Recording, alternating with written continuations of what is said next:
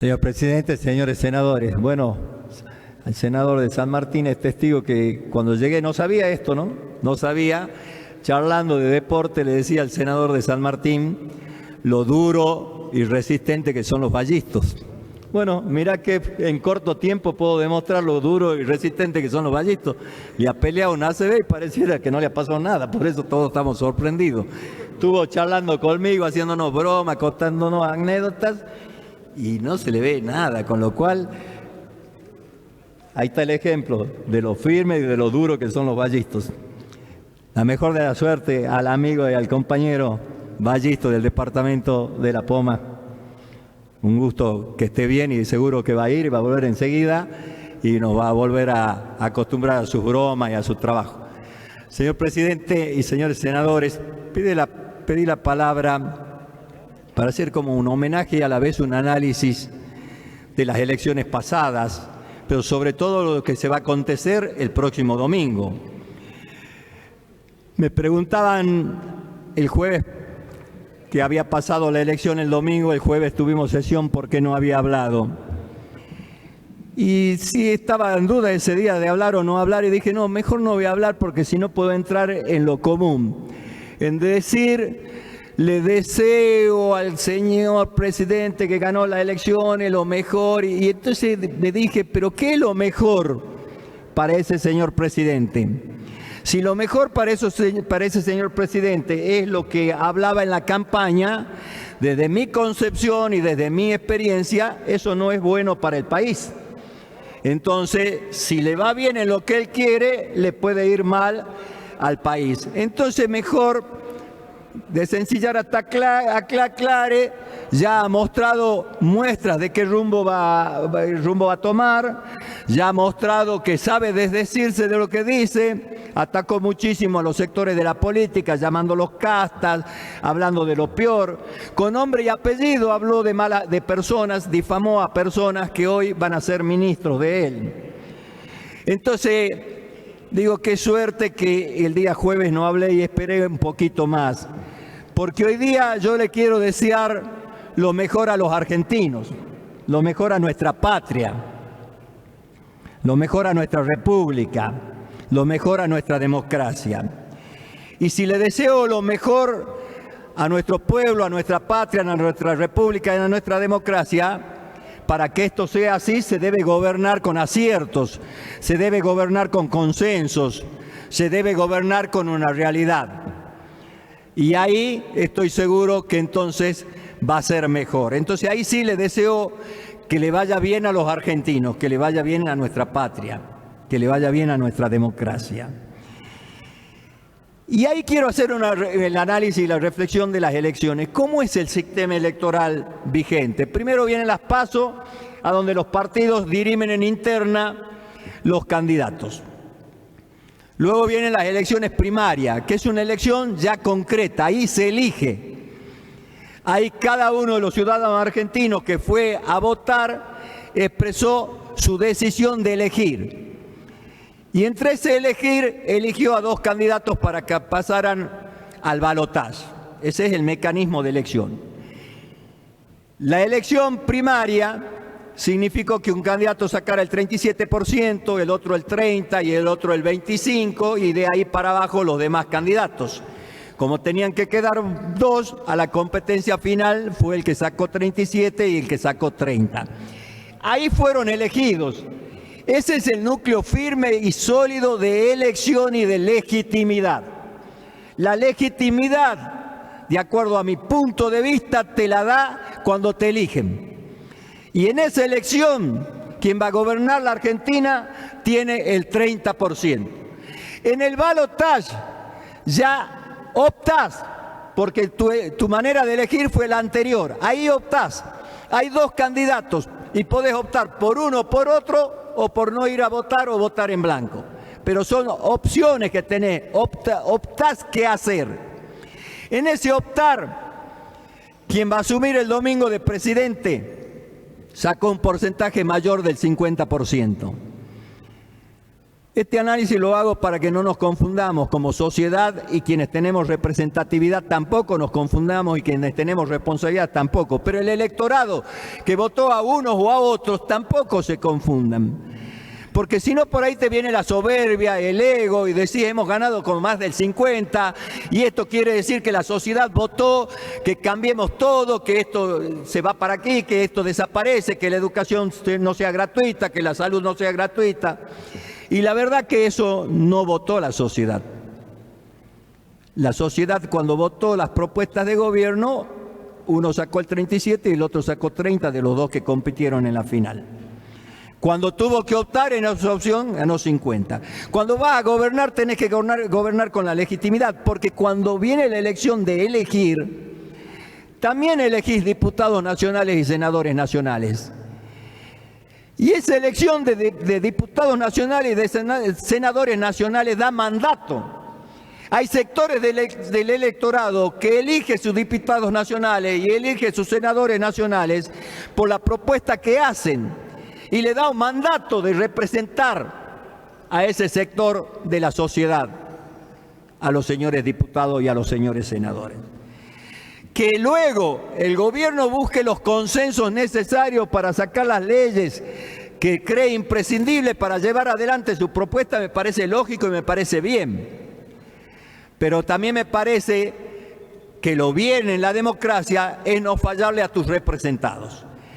Entonces, cuando a vos te votan, por dar un ejemplo, desde el peronismo, te votan para defender los derechos de los trabajadores, te votan para defender los derechos de los sectores minoritarios que con mucha lucha adquirieron derechos, te votan porque concebís la política desde una convicción y una visión doctrinaria e ideológica.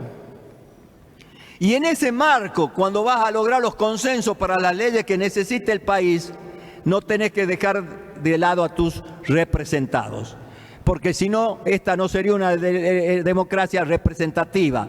Y esta es una democracia representativa, a donde los señores del poder legislativo, provincial, municipal o nacional representan a sectores del electorado. Me parece importante hacer este análisis porque en una etapa de la democracia, un señor, creo de Buenos Aires o Capital Federal, fue elegido diputado nacional por un partido y al asumir directamente se fue hacia el ganador. Le dieron un término, burocratizarse, y empezó una nueva manera de hacer política, que entras por un lado y luego te vas a representar a otro lado. Y esto me parece que no es bueno. Y en una situación difícil que va a estar la Argentina, en una Argentina que va a tener profundos debates para modificar lo que se tenga que modificar, y para que el presidente, que tiene una idea y un proyecto de país, logre caminar, el debate va a ser profundo, va a ser tiene que ser sólido, puede ser áspero, puede ser ríspido, pero tiene que tener solvencia ese debate, y los sectores de la sociedad se deben ver representados. Y no me parece un dato menor, y por eso no quería dejar pasar el análisis de las elecciones. Quienes se sienten ganadores tienen que decir que ganaron la administración del país porque ganaron la presidencia. Pero antes se eligió, y en esa elección adquiriste legitimidad. Y en esa elección diste representatividad a diputados y senadores. Y ahí es el gran desafío. ¿Cómo conjugamos la responsabilidad y la valoración que tiene que tener representar a esos representados que nos eligieron? ¿Y qué valor debe tener la capacidad de diálogo y de consenso? Esto no es contradictorio en la gran mayoría de los aspectos, pero hay aspectos que va a haber contradicción, y en esa contradicción se deberá evaluar si lo que vas a votar contradice a tus mandantes, al sector que te puso, tiene que ser realmente por un bien superior. Si vos acompañás para lo que tus mandantes, tus electores no te eligieron, y eso genera daño, dolor y postergación y frustraciones y mayor decadencia, no es entonces el camino acertado el que tomaste. Habría sido mejor que ante esas opciones y en ese optar, optés por representar a quienes te dieron un mandato. A quienes te dieron un mandato.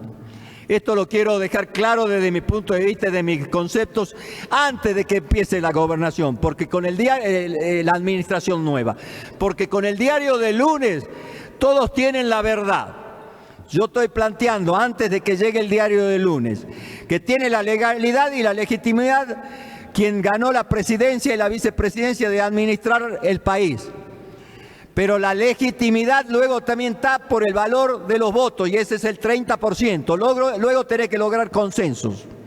Y en esos consensos, los que van a estar dialogando para ver de consensuar, tienen también un mandato de representación a sus representados. Y esto no es menor. Se vienen arduos debates, duro debate, y no gana el que es más pícaro y el que va a ver cómo se acomoda. Gana el que sabe interpretar la democracia, respetar al pueblo y saber que en la democracia a veces se pierde, pero se gana también. Y a veces ganando se pierde. Si quien ganó tiene que modificar todo lo que proponía, me parece que pasa en ese momento de modificar todo lo que proponía a ser un perdedor, porque no puede llevar adelante lo que le propuso a su electorado. Mientras que el que perdió se mantiene en sus cabales y entonces pasa a ser un ganador. No es tan simple el análisis de la política, no es tan simple administrar una sociedad, no es tan simple fortalecer y hacer sólida la democracia. Democracia que la hizo sólida las personas que el senador preopinante que acaba de asumir mencionó a personalidades que consolidaron la democracia.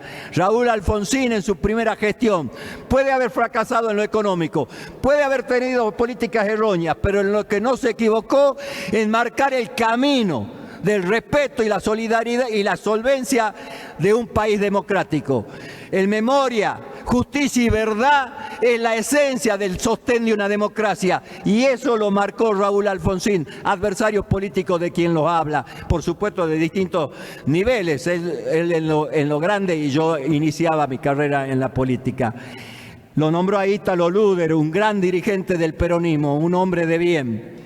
Un hombre de bien que le compitió con lealtad a Alfonsín, asumió la responsabilidad de la derrota y acompañó en lo que debía acompañar sin perder su identidad. Y aquí en Salta lo hemos conmemorado a Alfonsín y a Roberto Romero, un gran demócrata, un gran peronista y un gran gobernador, que sabía concordar, que sabía acordar, que sabía mantener su palabra y que cuando planteaba un rumbo encaminaba el proyecto hacia ese rumbo y no cacareaba de una manera y luego actuaba de otra manera, porque esto también es respetar a una sociedad que está con incertidumbre, que está con angustia y que está con esperanza. Esas tres acciones hoy pasan en la sociedad.